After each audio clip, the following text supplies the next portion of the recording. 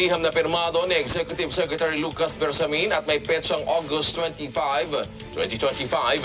Sinabi na effective immediately ang relief order kay Torre. Pinatitiyak din sa kanya ng palasyo ang maayos sa pagsasali ng kapangyarihan sa susunod na hepe ng pambansang pulisya. Si Police Lieutenant General Jose Melencio Nartates Jr. ang papalit kay Torre bilang bagong hepe ng PNP.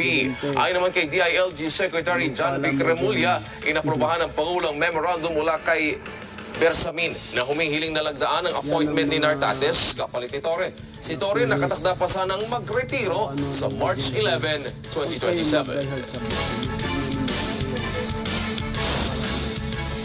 Sa kaugnay na balita, PNP Chief General Torre sinibak dahil sa pang-aabuso umano sa kapangyarihan. Ayon sa ilang senador, makibalita tayo kay Mean Corbera. Mean. Nagmalabis sa kapangyarihan, yan ang pananaw ni